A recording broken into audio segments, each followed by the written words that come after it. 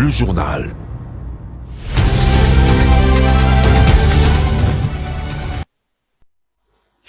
C'est un réel plaisir pour moi de vous informer ce soir, mesdames et messieurs, bonsoir et bienvenue dans cette grande édition du journal sur Mondico aux télévisions. Tout de suite, le sommaire.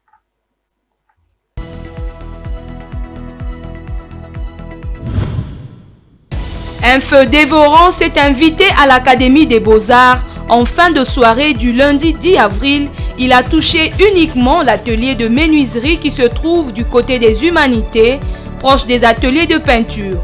Bois, métaux, machines et bien d'autres matériels ont été sévèrement consumés. Le feu était tel qu'il a même pris les arbres qui entourent l'atelier.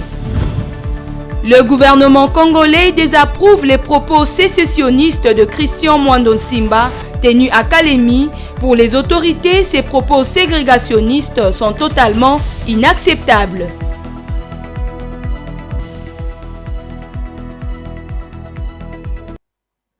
C'est tout pour le sommaire, mesdames et messieurs, bienvenue. Comme annoncé au sommaire, l'atelier de menuiserie de l'Académie de Beaux-Arts de Kinshasa a été réduit en cendres dans la nuit du lundi 10 avril 2023. Selon les témoins rencontrés sur le lieu, un court-circuit serait à la base de cet incident. Cet espace a pris feu pendant que tout le monde avait déjà quitté le site universitaire, sauf ceux qui logent dans le home. Le hangar a été complètement consumé avant même l'arrivée sur le lieu du camion anti-incendie. Pas de pertes en vies humaines, mais des dégâts matériels énormes. Viningali Junior pour plus de détails.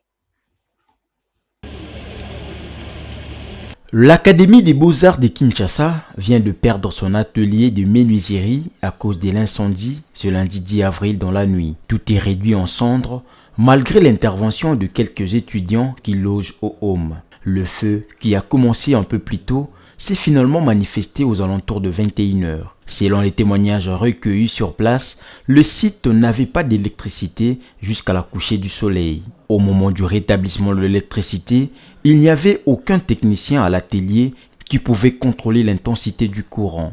Selon nos sources, un court-circuit serait à base de cet incendie car il y a eu feu juste après le rétablissement de l'électricité, témoigne un des jeunes qui ont tenté désespérément d'éteindre le feu. Quand le courant s'est rétabli, ça a directement provoqué le feu. Nous avons tenté d'intervenir pour l'éteindre, mais ce n'a pas été facile pour nous. On a finalement fait appel au camion anti-incendie qui malheureusement est arrivé quand tout l'atelier était déjà calciné. Ils ont perdu beaucoup d'objets et machines de valeur. L'atelier de menuiserie contenait beaucoup de planches, ce qui a aggravé la situation. Les étudiants habitant le home ont aperçu le feu en retard. Tout a été consumé malgré leur intervention énergétique. Par rapport à temps, je pense à 21h. Et à partir de 21h, on a bimaki. Oui, il y avait d'autres mecs qui pratiquaient la carte. On dit qu'il n'y avait pas de courant et tout. Retour, à partir de 21h, je suis sorti pour me trouver quelque chose à manger vu qu'il n'y avait pas de courant. En rentrant, nous croisons notre mère de home qui nous alerte sur le fait qu'il prenait déjà de l'ampleur. On n'a pas laissé passer le minute. J'ai commencé par déconnecter tous les câbles. On a commencé à éteindre le feu, mais la situation ne faisait que s'aggraver vu qu'à l'intérieur, il y avait beaucoup de planches. On a même détruit la citerne pour avoir de l'eau. Malheureusement, nous n'avons pas réussi à récupérer quelque chose. Tout a été consumé vu l'ampleur du feu.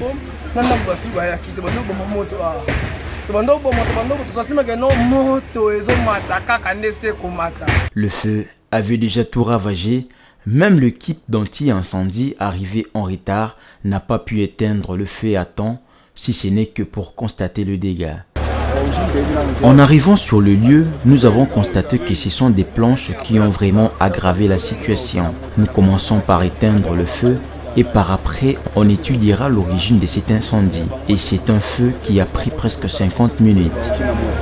Actuellement, le technicien du site universitaire cherche à savoir l'origine de cet incendie afin d'éviter d'autres drames ultérieurs. Il faudrait également voir comment rebâtir cet atelier de menuiserie pour ne pas pénaliser les étudiants.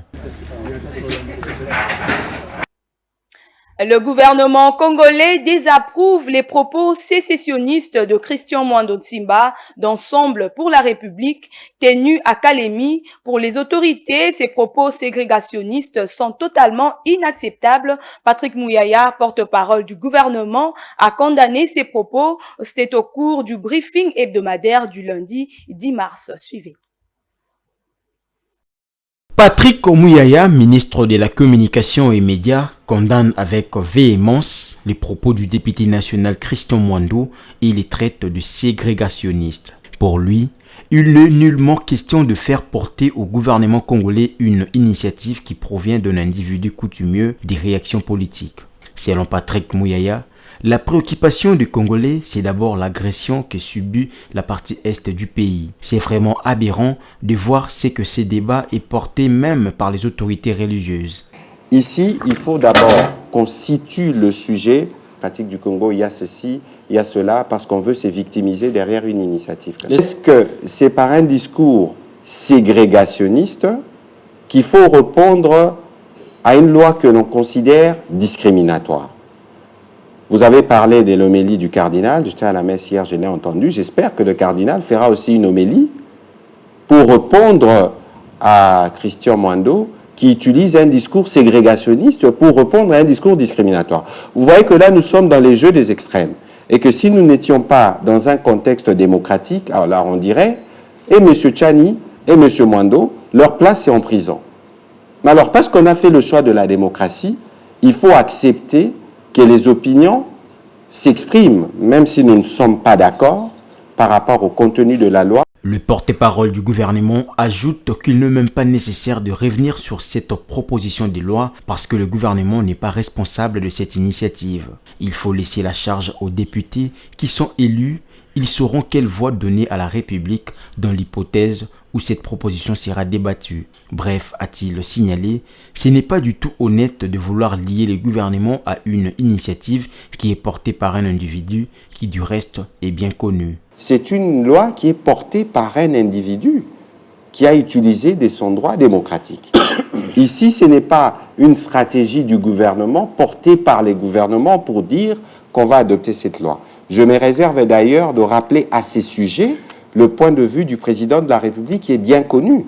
Et lorsque nous parlons, par exemple, du processus électoral, le président a rappelé qu'il s'assurait que tous les Congolais puissent avoir le droit de participer. Alors, pourquoi voulez-vous que le gouvernement s'exprime sur un sujet qui démontre à suffisance que la République démocratique du Congo est dans un processus de maturation de sa démocratie?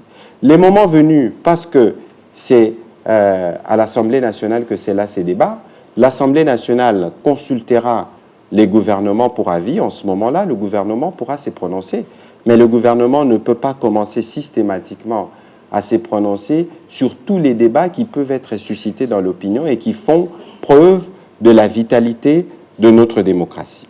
Rappelons que c'était dans un meeting tenu à Kalemi, chef-lieu du Tanganyika, que Christian Mwando a déclaré haut et fort qu'au Katanga, les jeunes m'ont appelé, mais disons que si Katumbi n'est pas candidat, ils ont déjà dit qu'ils utiliseront les ciseaux au Katanga. C'est hélas pour simplement dire qu'ils vont procéder à la sécession katangaise. Toutes les infrastructures seront prêtes pour les 9e Jeux de la francophonie car elles sont déjà dans la phase de finition avant leur livraison au comité national d'organisation de ces Jeux. C'est ce qui ressort du briefing animé par Isidore Kwanja, président du comité national d'organisation de ces Jeux, et Patrick Mouyaya, ministre de la Communication et Médias et porte-parole du gouvernement.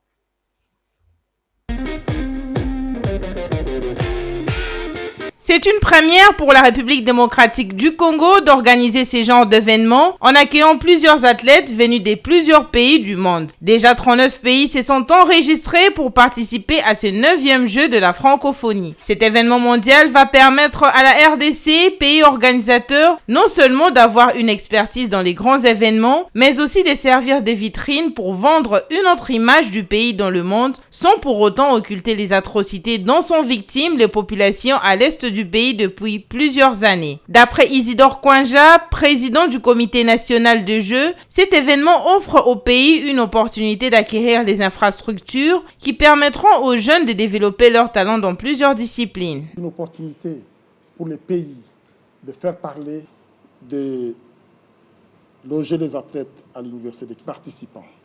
Nous, en tant que direction nationale des 9e Jeux de la francophonie, toutes ces infrastructures sont des legs qui vont rester pour des générations et pour la jeunesse congolaise. Donc c'est vraiment un événement important pour notre pays. Pourquoi? Parce que nous n'avons pas eu l'occasion d'organiser de tels événements.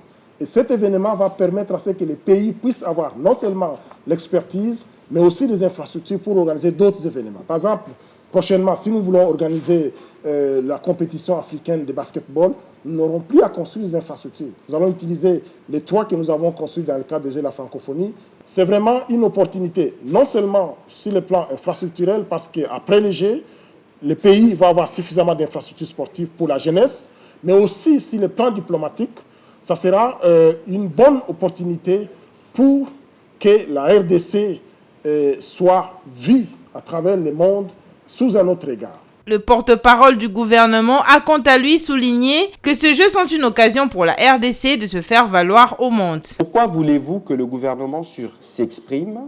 Les plus urgents aujourd'hui, et c'était même ça le sens de la visite du président de la République, c'était pour se rassurer que tout se déroule plutôt comme prévu et que nous pourrons respecter les délais malgré toutes les contraintes qu'il y a eu. Et le principe que je voudrais que tout le monde puisse garder, c'est que même lorsque nous avions organisé la visite du pape, tout ce qui se fera dans le cadre de l'organisation des Jeux doit rester en héritage. Ça veut dire que les Jeux vont durer 10 jours, mais à l'UNIKIN, les étudiants vont hériter d'une piscine olympique de 55 mètres de longueur et de 4 mètres de hauteur. Nous avons eu l'occasion de les visiter avec les journalistes ici. C'est impressionnant. Ils auront un espace sportif bien en place. Je pense que c'est aussi un des éléments qui permettra de rencontrer l'objectif du président de la République, qui est celui de concourir à la bonne formation de nos jeunes. Notons que 5000 athlètes sont attendus pour ces Jeux, parmi lesquels 45 artistes et 500 athlètes congolais qui vont représenter le pays. Chaque pays participant est obligé de verser 400 € pour chaque participant en dehors de sa contribution dont le montant est fixé par le comité d'organisation. Le ministre de la Santé publique, Hygiène et Prévention, Roger Kamba, a lors d'une rencontre avec les syndicalistes du ministère de la Santé, échangé pour trouver un dialogue promettant concernant les problèmes les opposants tels que le salaire, la prime ainsi que la rémunération strictement budgétaire. Suivez. Le ministre de la Santé publique, Hygiène et Prévention, Roger Kamba, était face aux syndicalistes du ministère de la Santé. Quelques médecins, infirmiers et des administratifs étaient représentés. Accompagné du vice-ministre Serge Olémé, le ministre de la Santé publique s'est étendu sur la matière de la réunion. Que des interrogations sur fond de l'ouverture au dialogue, Roger Kamba a des idées sur lesquelles les discussions sont possibles. 3 éléments qu'il faudrait mettre à table à un moment ou à un autre, à savoir, est-ce qu'un petit salaire et une grosse prime est logique? Est-ce que c'est économiquement soutenable et individuellement soutenable? Est-ce que la logique des rémunérations strictement soutenables est bonne? Ensemble, le ministre et les délégués syndicaux devront donner des réponses. La couverture santé universelle est une solidarité avec les malades, mais il la faudra aussi pour les travailleurs. Le discours est passé et les représentants des travailleurs ont acte de se retrouver à la table de discussion. Sur le plan du travail, le peuple d'abord signifie les travailleurs d'abord. Notre relation avec le ministre de la Santé publique, Hygiène et Prévention est centralisée sur l'intérêt des travailleurs. Tout ceci, c'est pour la réussite de la couverture santé universelle prônée par le chef de l'État. L'avantage est que ces agents ont en place un esprit éclairé et peuvent aller au dialogue. Sous les auspices du secrétaire général de l'AFDC, Alliance des forces démocratiques du Congo, les femmes de la Ligue des jeunes de ce grand parti politique du Congo ont organisé une matinée politique le week-end dernier au centre Béthanie de la paroisse Sacré-Cœur dans la commune de La Gombe. Suivez les détails.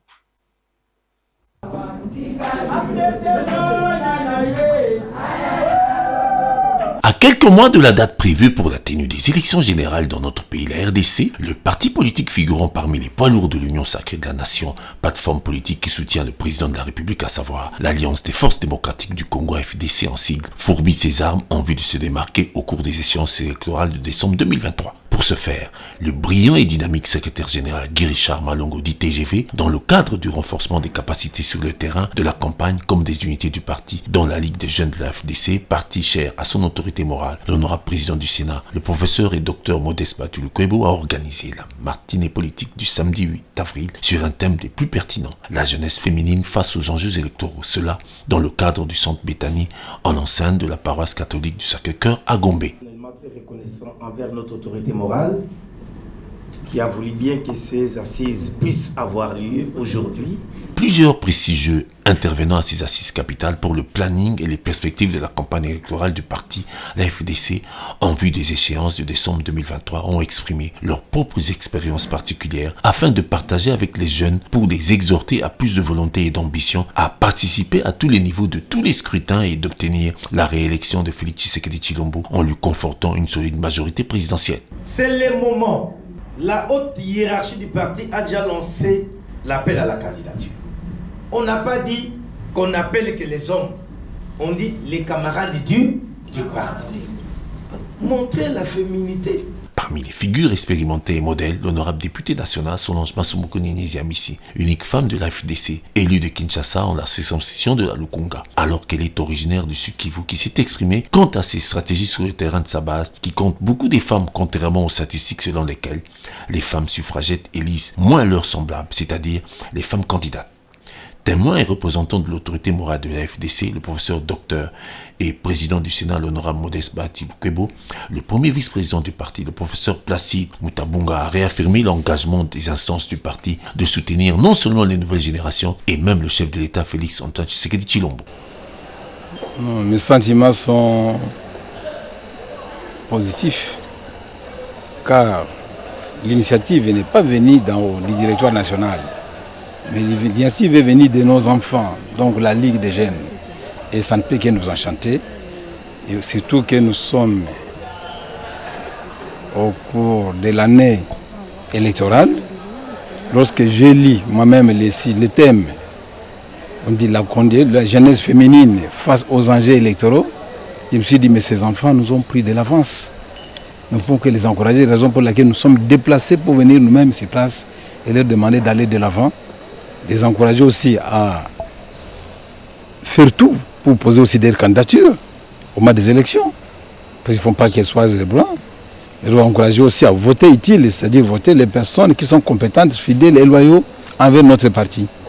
Et tout ce que j'ai dit, je l'ai dit au nom de notre autorité morale, son Excellence l'honorable Batul-Kwebo, qui nous a chargé de venir les représenter. Mais aussi nous avons rappelé à nos membres qui suivent la conférence que notre candidat toujours aux élections de 2023 restait Félix Antoine Tshisekedi Tshilombo. L'un de ne s'en tenir qu'aux avantages de la situation qui place la FDC en pole position pour les élections à tous les niveaux et dans toutes les provinces, les jeunes et femmes du parti sous l'égide du secrétaire général Guy Richard Malongo, TGV, parmi ont tiré bénéfice de ce partage d'expérience avec des hauts cadres et des élus suffisamment représentatifs pour plus de capacités et des atouts à intégrer.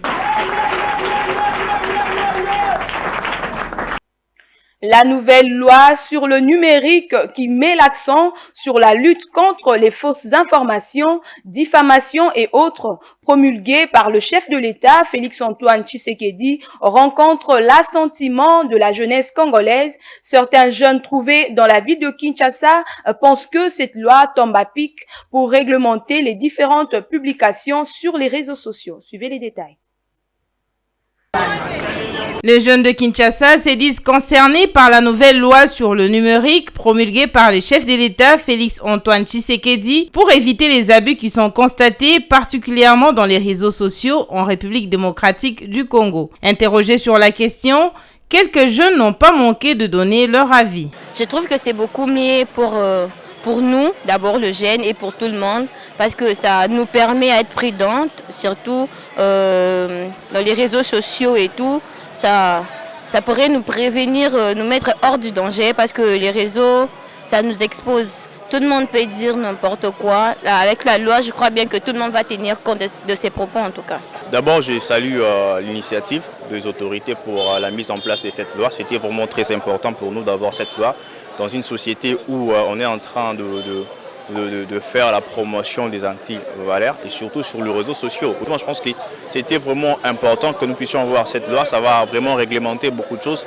Mais l'inquiétude est seulement dans notre pays, lorsqu'il y a des lois comme ça, on ne part pas jusqu'à la fin où on ne fait pas de suivi pour pouvoir traquer ces genres de personnes. Et puis, à 2 mois ou après 3 mois, on va voir les gens se fatiguent. Rappelons que la loi congolaise sur le numérique met l'accent sur la lutte contre les fausses informations, diffamation, cyberharcèlement, arnaques et autres actes qui violent les vies privées des uns des autres. Elle s'applique également aux activités et services numériques, aux écrits, outils électroniques et prestataires des services de confiance, au contenu numérique ainsi qu'à la sécurité et à la protection pénale des systèmes informatiques.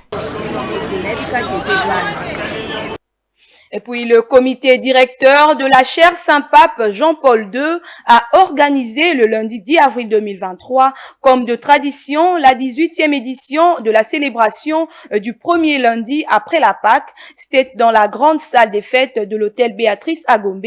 Invité de marque à cette cérémonie, son éminence le cardinal Fridolin Ambongo Obesungu. Images et commentaires de la rédaction. C'est une tradition pour l'Église catholique de célébrer le premier lundi de l'après-Pâques, façon de remercier et pérenniser les acquis du sacrifice de la passion consentie pour nos péchés par le Christ sur la croix de Golgotha. Pour cette année 2023, l'occasion a vécu le lundi 10 octobre dans la grande salle des fêtes de l'hôtel Béatrice qui a vibré aux louanges et cantiques glorieux, entonnés par 5 chorales sélectionnés dans différentes paroisses catholiques de Kinshasa et de Kisantu d'Ancel, Parole du Seigneur de la paroisse Saint-Kavira de Bizanzone, Cœur Sainte Maria de la paroisse Saint-Laurent, Cœur Sainte-Angélique de la paroisse Saint-Charles-Luanga, Cœur des Anges de la paroisse universitaire et Nova Via de la paroisse Saint-Pé-Damien.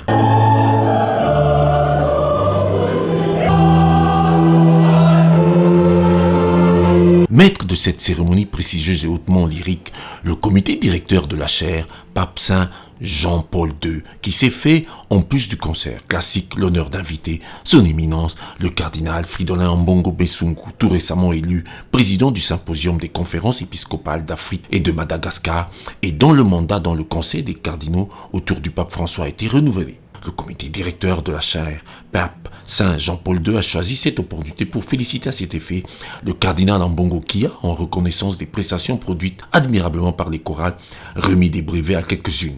J'ai suivi par Monseigneur Crispin Kibeni avant d'exhorter toute cette jeunesse à prendre conscience de son avenir sans tarder, c'est-à-dire immédiatement. Que ce Christ éternellement jeune vive en vous et par vous. Vivez aussi pour et par le Seigneur qui vous aime tant. Alors que je souhaite à chacun et à chacune de vous de passer une agréable soirée de concerts de musique classique en compagnie de la jeunesse catholique, je prie le Seigneur ressuscité d'éclairer nos vies de la splendeur de la lumière pascale. Joyeuse Pâques. Chrétienne fervente et engagée depuis toujours dans les œuvres de l'Église, l'honorable députée nationale Solange Massoum-Koneniezi, élue de la Lukunga, à l'instar d'autres parlementaires chrétiens aussi invités pour la circonstance, a salué toute cette communion lyrique pleine de sainteté et se réjouit de toute cette emphase bénie qui couronne son éminence, le cardinal et la jeunesse. J'ai senti une harmonie, des jeunes qui se mettent ensemble et qui nous ressortent ensemble une harmonie de voix, de son et même de danse. Hein? Et ça, c'est merveilleux. Vous savez, c'est ce qu'on appelle la communion. Mais au-delà de la communion, c'est vraiment l'harmonie et la joie pascale qui continue. Ils ont chanté aussi en l'honneur de Tata Cardinal, qui a été voté président du SCEAM, des évêques d'Afrique, et qui a été reconduit à côté du pape comme conseiller. Rien de mieux pour la grâce de notre Seigneur Jésus-Christ sur nos péchés, au premier lundi qui vient juste après la Pâque que de lui témoigner tous ces hommages mérités.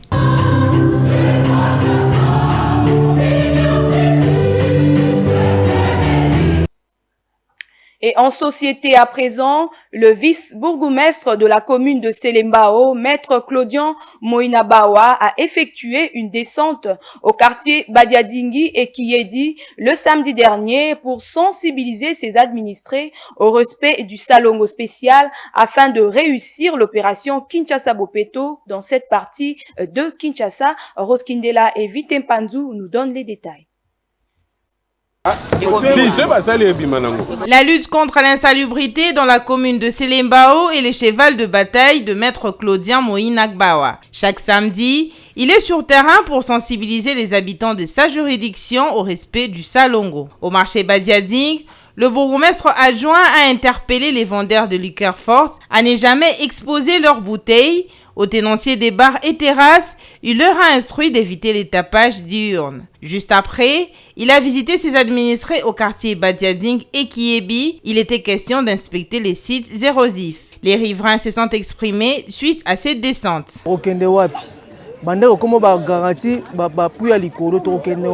Nous sommes des héritiers car cette parcelle appartenait à notre défunt père. Cette érosion nous menace tellement que nous risquerons de perdre la parcelle, d'où l'intervention des autorités compétentes.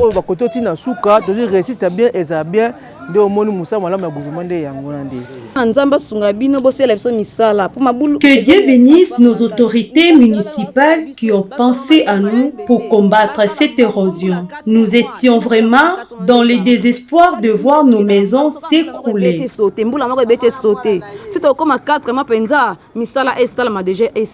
Claudien Moïnagbawa et son titulaire sont prêts à affronter les défis de la population de Selembao afin de redorer l'image de cette municipalité. Et terminons en société par l'état dégradant de l'avenue Nsongi au quartier Pigeon dans la commune de Ngaliema inquiète les riverains. En cette période pluvieuse, ils lancent un cri de détresse à l'endroit des autorités. Ranta Luyela et Vitempanzu pour le reportage. L'avenue Tsongi au quartier Pigeon dans la commune d'Ngalema se dégrade du jour au lendemain suite au manque de canalisation de eaux de pluie par les nouvelles constructions. Cette situation est à la base des inondations, de ravins et de l'impraticabilité. Les notables du quartier se sont démenés par des cotisations pour bétonner quelques mètres de cette avenue dans le but de bloquer la puissance des eaux. Malheureusement, les moyens sont limités. Ils demandent aux autorités compétentes de trouver une solution durable. Il y a l'eau de pluie qui détruit ces quartiers ici, qui s'est érigé les canaux sur l'avenue. Cette eau de pluie vient d'Ngaliema, c'est-à-dire dans les quartiers Pison.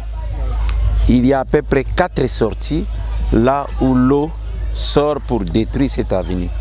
Tel que vous le voyez ici, il y a eu une grande pluie qui s'est abattue dernièrement, puis ça a cassé ces passerelles ici, ça a détruit les maisons même là-bas.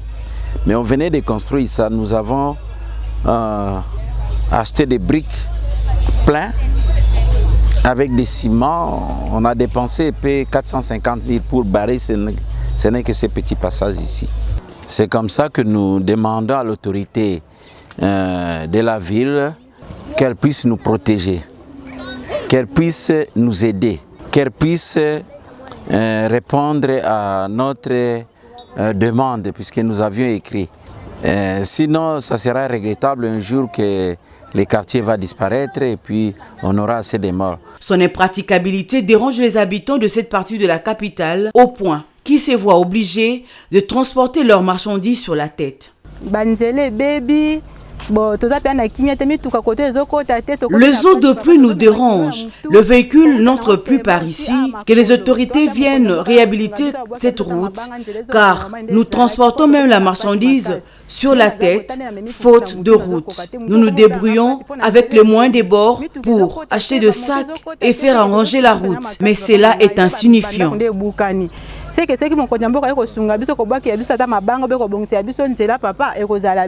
Aux autorités de trouver la solution afin de soulager les habitants de ce coin de la capitale. C'est la fin de ce journal, mesdames et messieurs, mais avant tout, je vous prie donc de suivre le rappel des titres.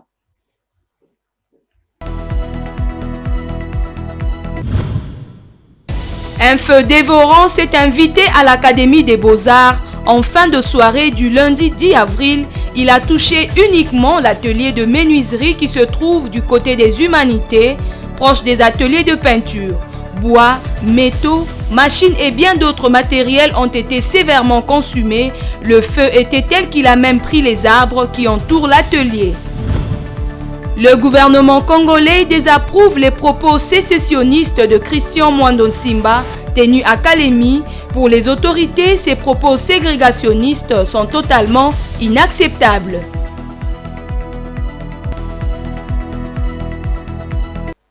Et ce journal est terminé, mesdames et messieurs. Merci de l'avoir suivi. Quant à moi, je vous donne rendez-vous. À très bientôt. Au revoir.